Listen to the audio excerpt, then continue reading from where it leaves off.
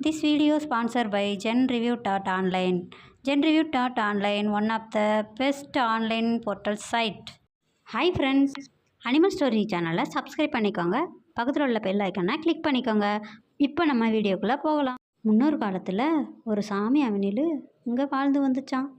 இந்த சாமி அணில் எல்லா அணிலை போல் இருக்காதான்.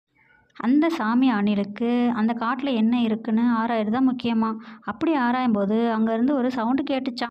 எல்லா அணிலும் அதற்கு தேவையான இறைகளை தேடி அலையுமா. இந்த சாமி அணில் காட்டுக்குள்ளே என்ன இருக்குது அப்படின்னு ஆராய்ச்சிக்கிட்டே இருப்பாங்களாம்.